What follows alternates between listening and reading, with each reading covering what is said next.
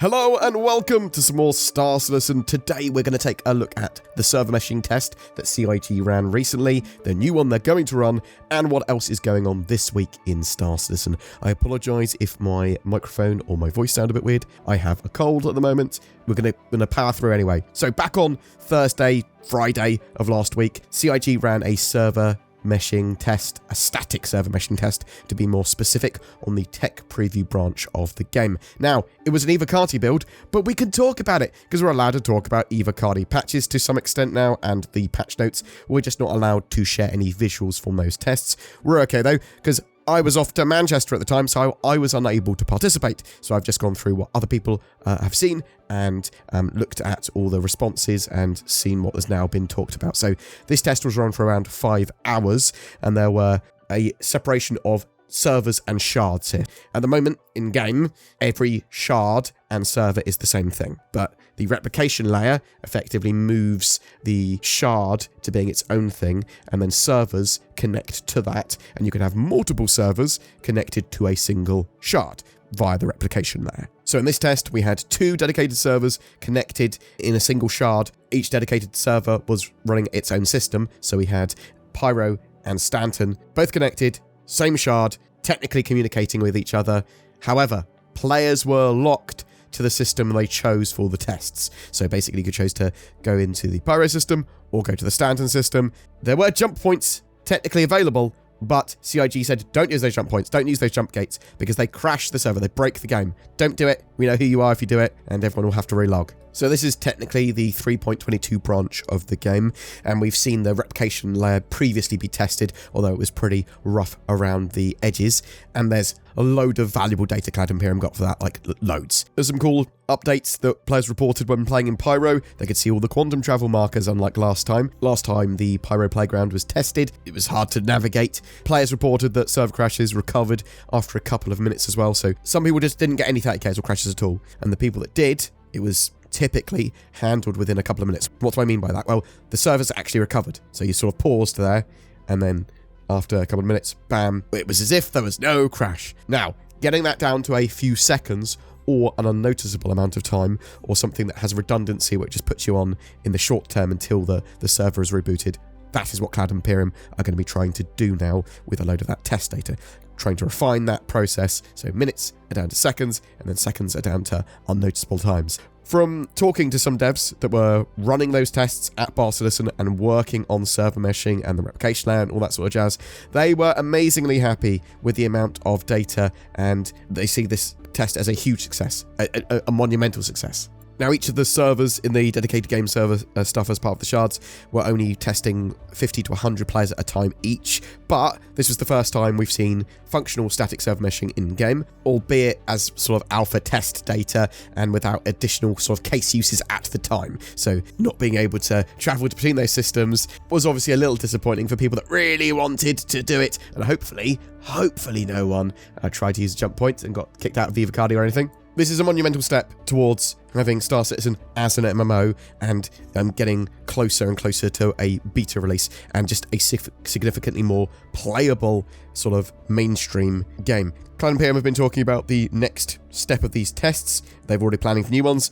So yeah, let's jump into This Week in Star Citizen, as this post gives a bit more context of what CIG saw this previous test as and the next one. Last week, we opened the doors to the EVOCATI for a series of initial server meshing trials, and we're happy to report it was a success.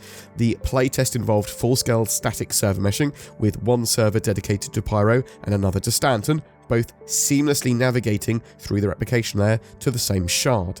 During the 5-hour playtest, we encountered only one server crash, and despite a hiccup on the Pyro side of the shard, Stanton, which was running on the same shard, continued seamlessly without any disruptions. Even more encouraging was the swift recovery, as Pyro bounced back in just over 2 minutes. This week, we're aiming to take another big step forward by opening the jump gates between systems for the first time. We want to take a moment to thank everyone for participating and just generally for all the support you've shown us over the years. 2024 is shaping up to be really special, and we couldn't have come this far without each and every one of you. It looks like CIG want to get something up and running, if possible, for Friday, with both server meshing and functional jump points and jump gates. So the ability to move between Stanton and Pyro and Stanton and actually see what those effects look like. Now, obviously, you're not going to see them until it goes to first wave PTU, is the idea, because it is going to be an EVOCATI build. It is going to be NDA'd. We can describe it, we can talk about it, but I cannot emphasize how much of a big step it is to actually get functional server meshing in-game. Now, it's not perfect or anything yet. It's going to need iteration, but they're sort of planning to get this in the next major patch after 3.23, as far as I'm aware, in summer. So, awesome. The more testing they can do, the better. Really hyped to see it myself. Like, Sin and I are going to be there. I say Sin and I. Sin is not, because she is not EVOCATI, technically. I'll have to describe it and draw it for her. Anyway, CIG continued with the This Week in Star Citizen post. We are also surfing the good vibes into this week after meeting so many of you this weekend at Bar Citizen Manchester. Nearly 200 of you came to hang out with devs, org mates, and good friends. Thanks to everyone for stopping by. We can't wait to do it again soon.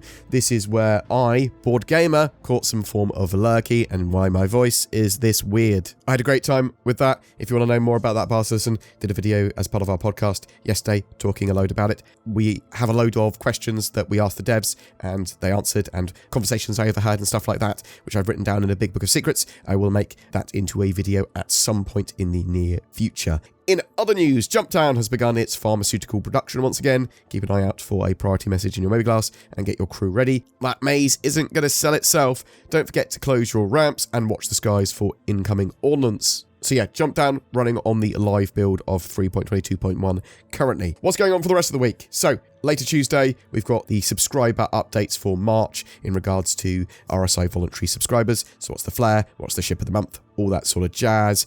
Wednesday, there is a load of stuff going on. So we've got the new monthly reports, and we've also got a roadmap update. Be interesting to see if they expand the roadmap beyond 3.23. Be interesting to see if anything else has slid off, got delayed, got partially delayed, or added to 3.23 as well. Thursday, Inside Star Citizen. This is all going to be about FPS combat improvements coming to 3.23, including reloading, recoil, dynamic crosshairs, and scopes. So expect it to be a evolution of what we saw at CitizenCon, and something a bit more persistent universe-ified and potentially even a bit more refined. Friday, Star Citizen Live is returning with a Q&A follow-up from the Master Mode episode of Inside Star Citizen a few weeks ago. Obviously, lots of discussions, lots of talk about Master Modes. Some people really like the idea, some people dislike it. Lots of PvP versus PvE talk as well, and the devs are going to be answering a load of questions at 4 PM UTC on the Star Citizen Twitch channel. Something else I'll just sort of shoehorn, crowbar in here. Shoehorn in one hand, crowbar in the other. The sneak peek for the newsletter was of I think, Zeus Mark II, the rear section of that with the landing gear deployed. Zeus Mark II, along with a load of other ships like the Polaris, are planned to be deployed into Star Citizen later this year, though we don't have exact dates.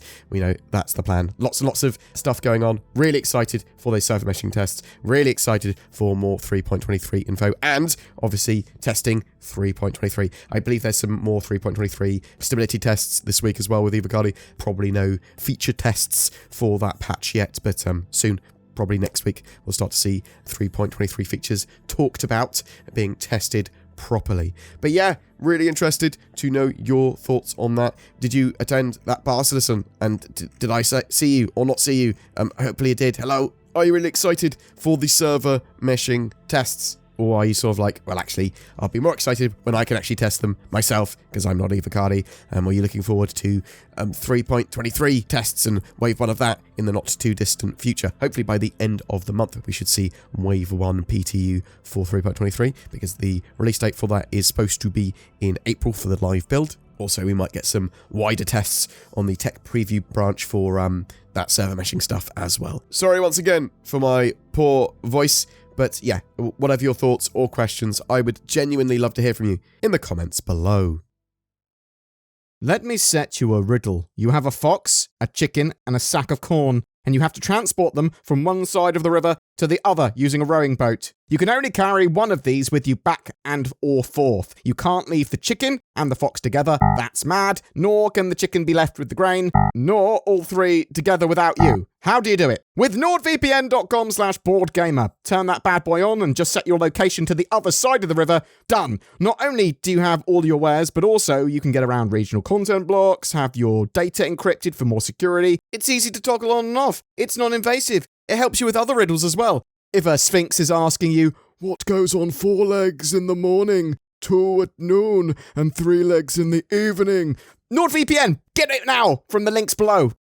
Every month we have a giveaway for a ship, and for March we are giving away an Argo raft with persistent hangars, freight elevators, and hauling missions coming with Alpha 3.23. What better way to experience that type of gameplay than with your own hauler? All you need to do to be in for a chance of winning that is comment on any of our videos made during the month. A single comment per video counts, so get involved with watching all my videos for more chances to win. There's more details in the description. Also, I won't ask you to contact me on Telegram or anything like that. This is my only YouTube account I will use to talk in my comments as well. Occasionally there are scammers about. I don't want people to get tricked.